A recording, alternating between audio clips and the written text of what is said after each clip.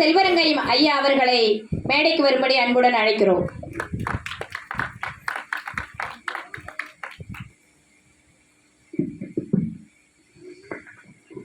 தலைவர், சிறப்பு பேச்சாளர் உள்ளிட்ட இந்த நற்றமிழ் அவையை வணங்கி மகிழ்கிறேன்.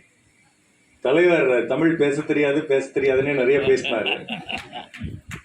ஐயா அது சொன்னார், எனக்கு தலைமை தாங்கிறதுக்கு எந்த தகுதியுமே இல்லைன்ட்டு. ஐயா அதை நாங்கள் மறுத்துறோம். உங்களுக்கு தலைமை தாங்கிறதுக்கு எல்லா தகுதியும் இருக்குது. ஆனால் இப்போ தலைமை தாங்கிறதுக்கு தகுதி இல்லாதவங்க தலைமை பொறுப்புக்கு வருவது தான் இப்போ வாடிக்கையாக போயிடுச்சு. உங்கள்கிட்ட பிளாஸ்ட் இருக்குது, உண்மையிலேயே பிளாஸ்ட் இருக்குது உங்கள்கிட்ட. அதனால் நீங்கள் தலைமை தாங்கிறதுக்கு எல்லா விதத்திலும் தகுதியானவர்கள். உங்களுடைய மனம் ஒன்றே போதும். ஐயா அவர்களுடைய மகனும் என்னுடைய மகனும் எம்பிபிஎஸ்ல இளங்கலை மருத்துவத்தில் பாண்டிச்சேரியில் ஒன்றாக படித்தார்கள். இப்போ அவங்க 2 பேரும் அதிகமாக பேசிக்கிறாங்களான்னு தெரியாது, நாங்கள் 2 பேரும் அதிகமாக பேசிக்கிறோம். அவங்க மூலமாக தான் எங்களுக்கு அறிமுகமாச்சு. தினந்தோறும் என்னை ஃபோன் பண்ணி பேசிடுவார். ஐயானுடைய அன்பு கட்டளையை ஏற்று மறுக்க முடியாமல், நான் வழக்கமாக செவ்வாய்க்கிழமைக்கு மட்டும்தான் கள்ளக்குறிச்சிக்கு சிகிச்சைக்காக வருவேன். சிகிச்சை அளிக்கிறதுக்காக வருவேன். இன்றைக்கி வியாழக்கிழமை முந்தான தான் வந்தேன். இருந்தாலும் ஐயானுடைய அன்பு வேண்டுகோளை தட்ட முடியாமல் நான் உங்கள்கிட்ட நின்றுருக்கேன். ஐயா அவங்க மனைவியிட அதிகமாக பேசுகிறாங்களோ இல்லையோ தெரியல, செயலாளர் மதிவானந்த் தான் அதிகமாக பேசிகிட்டு இருக்காங்க. அவங்களுக்கு சற்றே பொறாமையாக இருக்குது அவங்க மனைவி கூட. நம்மளே கம்மன் கடை செயலாளர் ஆகிருக்கலாம் போல் இருக்கு அப்படின்னு.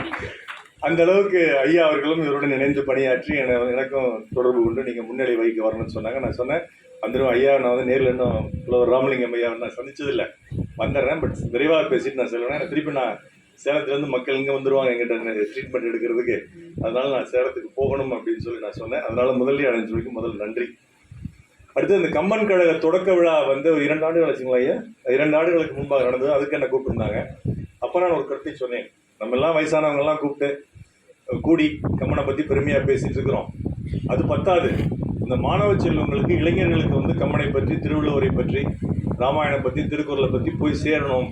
அதனால் இந்த நிகழ்ச்சி அதிகமாக நீங்கள் கல்லூரிகள் நடத்துங்க, அவங்களுக்குள்ள போட்டி வைங்க, பரிசு கொடுங்க அப்படின்னு ஒரு சிறு ஆலோசனை நான் சொன்னேன். அதை சிறமேற்கொண்டு நீங்கள் இவ்வளோ சிறப்பாக நடத்துறதுக்கு என்னுடைய நெஞ்சார்ந்த நன்றிகளும் பாராட்டுங்க அவங்களுக்கு.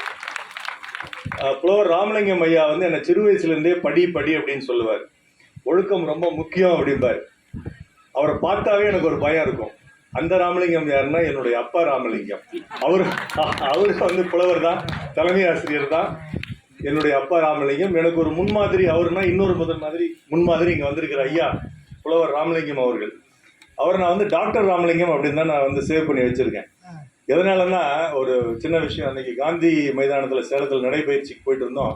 திடீர்னு பின்னாலேருந்து ஒருத்தர் டாக்டரே அப்படின்னு கூப்பிட்டாங்க. சரி, நான் டாக்டர் என்ன தான் கூப்பிட்றேன்னு திரும்பி பார்த்தா எல்லாருமே திரும்பி பார்த்தாங்க. ஏன்னு கேட்டால், ஒருத்தர் சித்த மருத்துவர், ஒரு ஆயுர்வேத மருத்துவர், ஒருத்தர் வர்மக்கலை மருத்துவர், ஒருத்தர். இப்போ நான் தயவுசெய்து அரசாங்கத்திலோட கேட்டுக்கிறேன், நீங்கள் முனைவர் தனியாக டாக்டர் தனியாக பிரிச்சுருங்க. இல்லைன்னா முனைவர்கிட்ட போய் எனக்கு ஊசி போட நிற்கிறாங்க. அதனால் 2 தனித்தனியாக பிரிச்சுருங்க அப்படின்னு சொல்கிறது. ஐயாவை ஏன் நான் டாக்டர் சொல்கிறேன்னா, வாய் விட்டு சிரிச்சா நோய் விட்டு போகும். அப்படி வாய் விட்டு சிரிக்க வைக்கிறவர் டாக்டர் தானே. பல டாக்டர் எல்லாம் முசுடாராவுக்கு வந்துட்டு இருப்போம். இங்கேயே மேடையில் 3 டாக்டர் இருக்காங்க. என்னுடைய கண் மருத்துவ நேரு ஐயாவும் இருக்காங்க. நாங்கள்லாம் அப்படி கிடையாது. அதை டிஸ்க்ளைமர் கொடுத்துட்றேன். ஆனால் ஐயா அவர்கள் வாய் விட்டு பேசும் பொழுது, நம்மெல்லாம் வாய் விட்டு சிரிக்கும் பொழுது, அது கேட்கும் பொழுதே நமக்கு அவ்வளோ மகிழ்ச்சியாக இருக்குது. அதனால ஐயா டாக்டர்னு சொன்னது தவறு இல்லைல்ல, அவரும் டாக்டர் தான். ஐயாவை பற்றி சுகிசிவம் ஐயா ஒரு இதில் பேசும்போது நான் கவனித்தேன். தினமும் ராத்திரி 1 மணி நேரம் அவருடைய பேச்சை நீங்கள் யூடியூப்பில் கேட்டுட்டு நீங்கள் படுத்து தூங்க, உங்களுக்கு நோயே வராது, பிபி வராது, சுகர் வராது அப்படின்னு சொல்லிட்டு இன்னொன்று சொன்னார். ஆனால் அவருக்கு எல்லாம் இருக்குது அப்படின்னு சொன்னார்.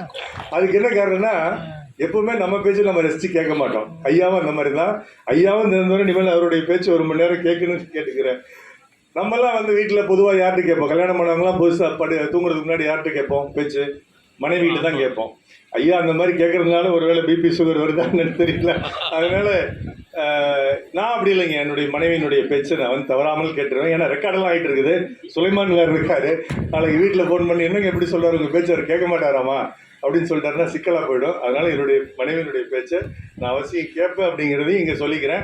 முடிஞ்சால் ஒரு ஜூம் பண்ணி அதை ரெக்கார்ட் பண்ணி அவங்களுக்கு அனுப்பிச்சிடுங்க, அது சிறப்பாக இருக்கும். அப்புறம் ஐயா திருப்பி சொன்ன விஷயம் என்னென்னா, இது உங்களுக்காக தான், இளைஞர்களுக்காக தான் இந்த விழாவே நடக்குது அப்படின்ட்டு. சூரியன் எப்பம்ல சூரியன் பண்பலையில் வந்து பொங்கல் நிகழ்ச்சியில் என்னை வந்து பேட்டி எடுத்தாங்க. அப்போ ஒரு கேள்வி கேட்டாங்க, இளைஞர்களுக்கு தமிழை எப்படி கொண்டு செல்ல வேண்டும் அப்படின்னு கேட்டாங்க. நான் சொன்னேன், திருக்குறள் இருக்கக்கூடிய கருத்துக்கு சொற்கள்லாம் வந்து இப்போ திருக்குறள், ராமாயணம் எல்லாத்துலேயும் இருக்க சொற்கள், பல சொற்கள் வந்து இப்போ நம்ம பேசுறது கிடையாது, வழக்கு சொற்கள் கிடையாது. அதனால் அதனுடைய பொருளை அவர்களுக்கு போய் சேர்த்துறது ரொம்ப முக்கியம். குரலை போய் சேர்த்தது ரொம்ப முக்கியம், அதை விட அதிகம் அதனுடைய பொருளை போய் சேர்த்துறது. அதனால் அவங்களுக்கு பிடிச்ச லாங்குவேஜில் அந்த மொழியிலேயே நம்ம போய் பேசணும். நம்ம இலக்கியத்தை எடுத்து ரொம்ப செம்மொழின்னு சொல்லி ரொம்ப ஆழமாக அதில் வந்து பேசிகிட்டு இருந்தோம்னா ஏதோ நமக்கு புரியாத மொழியில் அவங்க பேசுகிறாங்க, ஹிந்தியில் பேசுகிறாங்கலாம் கூட சில பேர் சொல்கிறது உண்டு. அது மாதிரி புரியாத மொழியில் பேசுகிறாங்க அப்படின்னு நினச்சிட்டு போவாங்க. அந்த மாதிரி இல்லாமல் அவர்களுக்கு புரிஞ்ச மொழியில் நம்ம போய் பேசணும் அப்படின்னு சொல்லி சொன்னேன். இப்போது கம்பராமாயணத்தில் பார்த்தீங்கன்னா, கையால் எடுத்தது கண்டனர், இட்டது கேட்டார், இவ்வளோதான் வந்து அதனுடைய 2 வரிகளை சொல்லியிருப்பார். அந்த வில்ல ராமன் உடைக்கிறதுக்கு முன்னாடி கையில் எடுத்தது எல்லாரும் பார்த்தாங்க, எடுத்தது கண்டனர். அடுத்த நொடி வந்து அது உடைஞ்ச சத்தம் தான் எல்லாத்துக்கு அதுலேயும் கேட்டது. இதை வந்து உங்களுக்கு புரியுற மாதிரி சொல்லணும்னா என்ன சொல்லணும்னா, இப்போ ஒரு பாட்டு கூலின்னு ஒரு படம் வந்தது இல்லையா, அது ஒரு பாட்டு வந்தது இல்லை, என்ன பாட்டு? மோனிகா. சூப்பர். இது அந்த பாட்டுக்கு மட்டும்தான் அந்த நடிகை டான்ஸ் ஆடிப்பாங்க இல்லையா? அப்படிதான் அந்த படம் முழுசும் வராங்களா? இல்லை, அந்த பாட்டுக்கு மட்டும் அந்த நடிகை எப்படி வந்து டான்ஸ் ஆடிட்டு போனாங்களோ, ஒரு ஃப்ளாஷாக போனாங்களோ, அந்த மாதிரி ராமன் வந்து வில்ல கையில் எடுத்தான், முறிச்சான், உடனே உடஞ்சி போச்சு வில்லு அப்படின்னு சொன்னால் உங்களுக்கு புரியும். ஒரு உதாரணத்துக்கு சொல்கிறேன். அந்த மாதிரி உதாரணங்களுக்கு வந்து இந்த நடைமுறை வாழ்க்கையில் சொன்னால் தான் உங்களுக்கு வந்து புரியுமே ஒழிய, மற்றபடி நம்ம வந்து பழைய இலக்கியத்தினுடைய ஆழ்மையான சொற்களை எடுத்து பேசிட்டே இருந்தால் அது வந்து நிச்சயமாக புரியாது.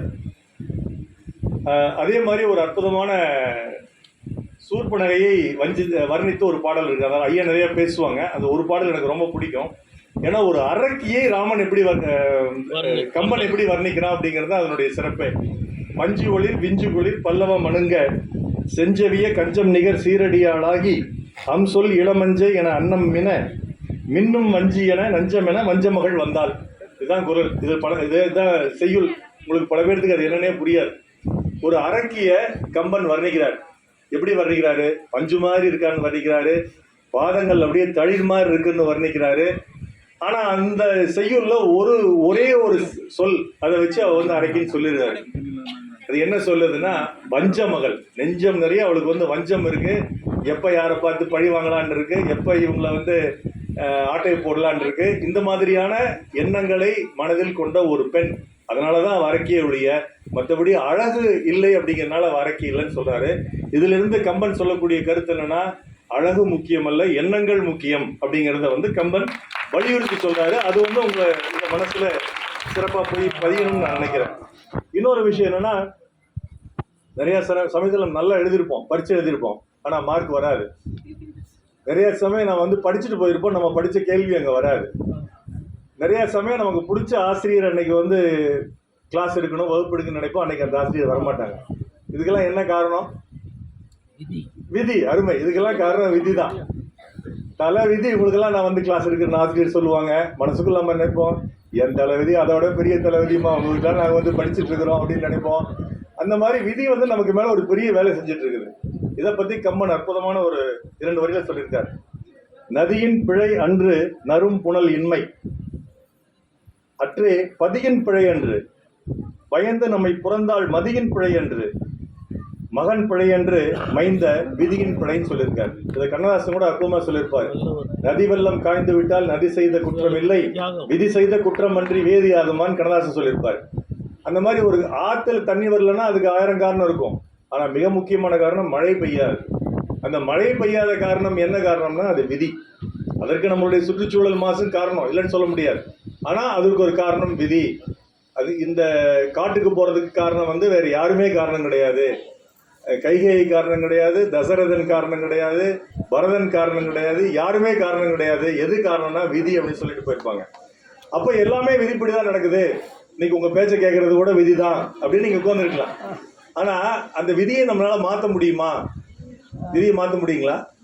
விதியை மதியால் வெல்லலாம்னு சொல்லியிருக்காங்க இல்லையா? அது திருக்குறளையும் சொல்றாரு. என்ன அற்புதமான சொல்றாருன்னா, ஊழையும் உப்பக்கம் காண்பார் உழைவின்றி தாழாது உயற்றுவார். நமக்கு இதுதான் விதின்னு விதிக்கப்பட்டிருந்தாலுமே கூட தொடர்ந்து நம்ம முயற்சி செய்து கொண்டே இருந்தால் அந்த விதியையும் நம்மால் மாற்ற முடியும் அப்படின்னு திருவள்ளுவர் சொல்லியிருக்காரு. அதற்கு 2 உதாரணங்கள் என்னால் சொல்ல முடியும்.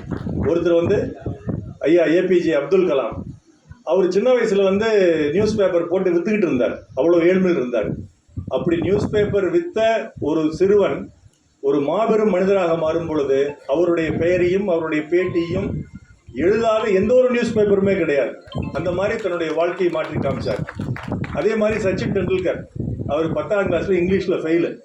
10ஆம் கிளாஸில் இங்கிலீஷில் ஃபெயிலான ஒரு பையனை பற்றி ஒரு சப்ஜெக்டே ஒரு லெசனே வந்து பின்னாளில் அவரை பற்றி அந்த 10ஆம் கிளாஸ் புத்தகத்திலேயே இங்கிலீஷ்லேயே வந்துச்சு. அது காரணம் அவர் விதியை நம்பவில்லை, தன்னுடைய உழைப்பை நம்பினார். அதன் காரணமாக அவர் அந்த புத்தகத்தில் அவர் பெயர் பெற்றார். ஆனால் அப்போ திருக்குறள் இன்னொன்று சொல்றாரு, அவர் ஊழிற் பெருவழி யாவுலன்னு சொல்றாரு. அப்போ ஊழை விட விதியை விட பெருசு என்னன்னு சொல்லி வள்ளுவர் கேட்கிறார். வேற என்ன பண்ணாலும் மற்றொன்று சொல்லிடும் தான் குந்துரும் சொல்றாரு. அப்போ விதின்னு ஒன்று எழுதி வச்சிருக்குது, அதுபடிதான் நடக்குது அப்படின்னு வள்ளுவர் சொல்றாரு. அப்போ இந்த ரெண்டு கான்ட்ரடிக்டரியா இருக்கு இல்லையா திருக்குறள் அப்படின்னு கேட்கலாம். அதுக்கு ஒரு பொருள் உண்டு.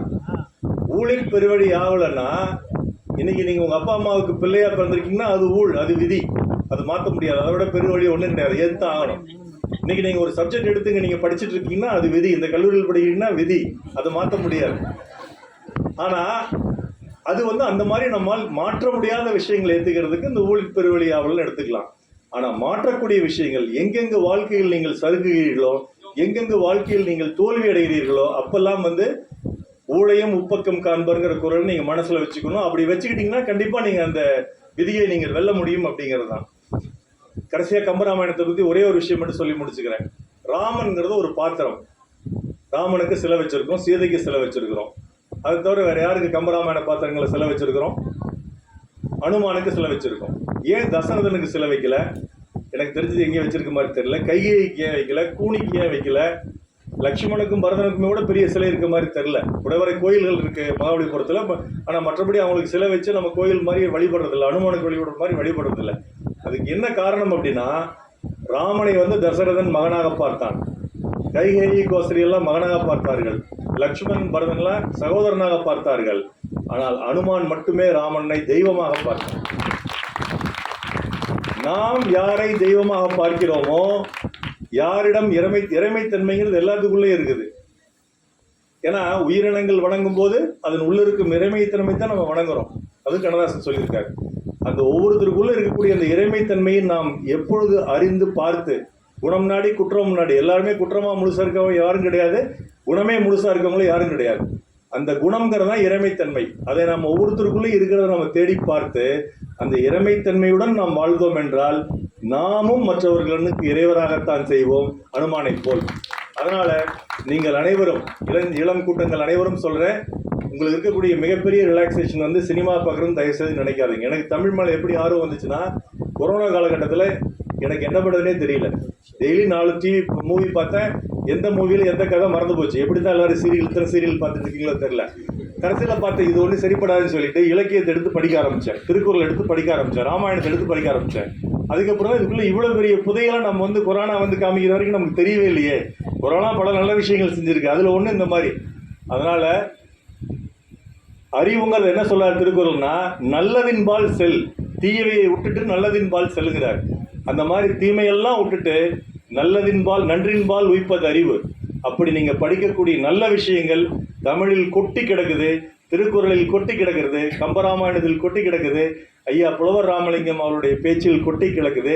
அனைவரும் அதை உய்த்து நல்லபடி வாழ்க வேண்டும், தமிழ் வாழ்க என்று கூறி மீண்டும் ஒரு முறை இந்த வாய்ப்பு எனக்கு வழங்கிய என்னுடைய கழுதகை நண்பர் சுலைமான் அவர்களுக்கும் மதிவாணன் மற்றும் அனைவருக்கும் நன்றி கூறி விடைபெறுகிறேன். வணக்கம்.